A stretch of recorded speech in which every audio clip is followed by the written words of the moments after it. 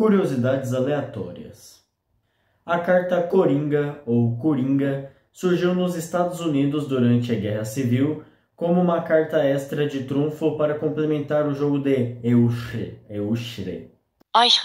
gerando novas possibilidades e jogadas. E vale lembrar que o termo Coringa vem da língua africana Kimbundu, onde Coringa significa matar. Em abril de 1940, o Coringa apareceu pela primeira vez na edição número 1 da revista Batman. Nesta história, um lunático criminoso vestido de palhaço matava com um soro que deixava suas vítimas com um sorriso macabro. A sua aparência foi inspirada no personagem Gwynplaine, interpretado por Corey DeVate, um garoto que, após ser condenado pela corte inglesa por uma traição cometida por seu pai, passa por um procedimento cirúrgico que mutila seu rosto, obrigando-o a sorrir para sempre, em O Homem que Ri, filme baseado no romance de Victor Hugo. O repertório do expressionista alemão Paul Lane também colaborou no visual assustador ao personagem de Bill Finger, Bob Kane e Jerry Robinson. Logo depois, surgiram variadas HQs de histórias de origem para o personagem, como O Homem do Capuz Vermelho, a sua primeira história de origem, e A Piada Mortal, considerada a versão mais aceitável de sua origem. O Coringa já teve muita história para contar, várias facetas e vários tons.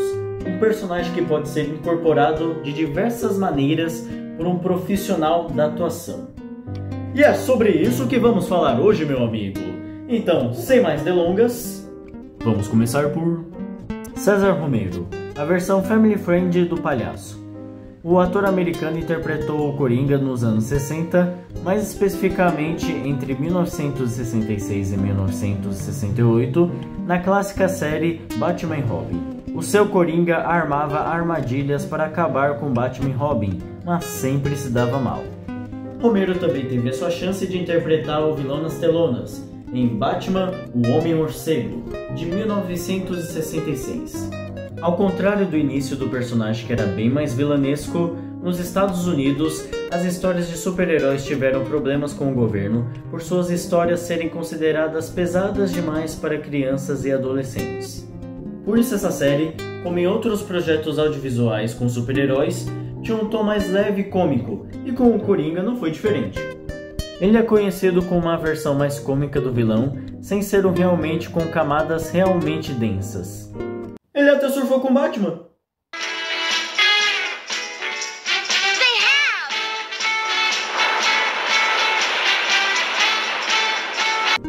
Jack Nicholson, dá uma moral pro palhaço pra nós?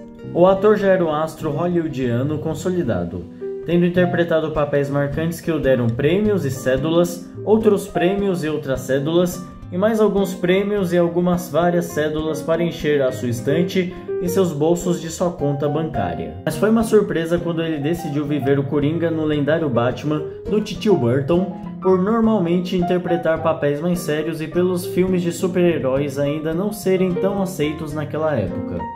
Né, Marvel DC? Parece que vocês estão tentando voltar aos primórdios então. E ele ainda recebeu menos, entre aspas, para poder ganhar um percentual da bilheteria, tendo feito o filme uma receita de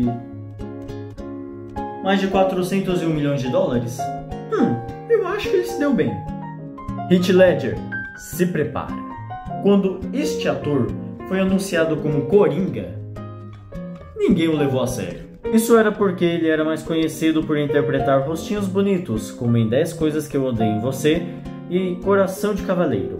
Não é que ele era taxado como um mau ator, ele só não tinha o perfil necessário para o Coringa. Ou era isso que se pensava.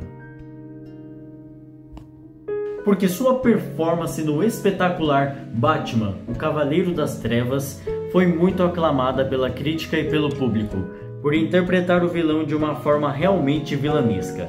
Psicopata, sádico, meticuloso, com uma filosofia de vida que está com ele em tudo o que ele faz, ou seja, o Coringa perfeito que rouba o filme pra ele. Sendo que ele até mesmo chegou a receber um prêmiozinho aí numa cerimoniazinha.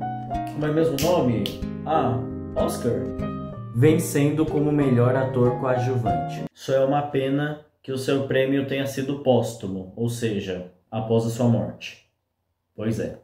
Meses antes do filme que iria consolidar a sua história no cinema, Ledger foi encontrado morto em seu apartamento em Nova York com apenas 28 anos em causa de uma overdose acidental de remédios. E o que acho mais triste desta história é que a sua filha só tinha 2 anos na época. Muitos dizem que o personagem do Coringa mexeu com a sua cabeça.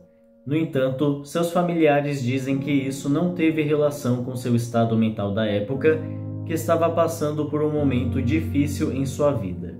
De uma forma ou de outra, isso serve para nos lembrar que nem bons trabalhos, nem todo o prestígio do mundo ajuda alguém a se salvar de seus problemas pessoais. Jared Leto. Mas que raios era pra ser isso? O astro encarnou o fatídico palhaço no primeiro filme de Esquadrão Suicida. O seu Coringa, tatuado de cabelo verde e dentes metalizados, obteve uma boa repercussão durante a campanha de marketing. Aliás, todo o filme tinha uma gigantesca expectativa do público, até ele chegar nas telonas, decepcionando todo mundo. E com a atuação de Leto, não foi diferente. Tá bom, vamos esclarecer algumas coisas. A chuva começou, então não sei se vai ter um chiado no vídeo, não é minha culpa. E a atuação dele não é ruim, só que ele não cativou o carisma do público e a sua presença foi totalmente descartável e aleatória, o que o próprio admitiu, dizendo que muitas de suas cenas foram deletadas e que dava para cortá-lo totalmente do filme sem atrapalhar a sua narrativa. Pelo menos, vamos pensar o seguinte: Leto pode não ter se dado bem sendo Coringa, mas teve a oportunidade de ser o Morbius depois. Joaquin Phoenix sendo Joaquin Phoenix.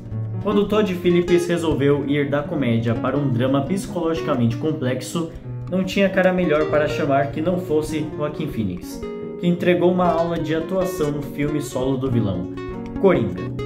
O filme explora a vida de Arthur Fleck, de como um cara aparentemente gentil se transformou em um criminoso bizarro, por resolver os seus problemas da seguinte maneira: você me magoou, me enganou. Que desempenho. O próprio Todd Phillips já disse que a intenção da obra não é justificar os atos do Coringa, se mostrar que ele é um babaca miserável, mas o problema é que quando você coloca o vilão como personagem central, o público leva a crer que a intenção foi sim justificar os atos, porque querendo ou não a gente tá vendo ao olhar dele e a gente vê ele matando pessoas com prazer, então logo a gente diz: ele é o herói da história. E agora, Phillips e Phoenix retornaram com o projeto junto de Lady Gaga para o mais novo filme Coringa, Delírio a 2, que está sendo um sucesso muito satisfatório entre meia dúzia de pessoas, sendo massacrado pela crítica e pelo público. Isso se deve principalmente pelo roteiro desorganizado. O excesso de números musicais sem muito incentivo narrativo e a história, por ser mais estruturada, se torna desinteressante a quem assiste a essa obra. Guarde a seguinte frase: boas ideias não se sustentam com más estruturas. Agora, só para acrescentar, vai lembrar que em The Batman, de 2022, um excelente filme, temos uma rápida aparição do palhaço no final, interpretado por Barry Keoghan, conversando com Charada, interpretado por Paul Dano, na cela do personagem no Asilo Arkham. Como disse Briony Capri, não subestime. O bobo da corte pode saber mais que reis e peões. E é isto.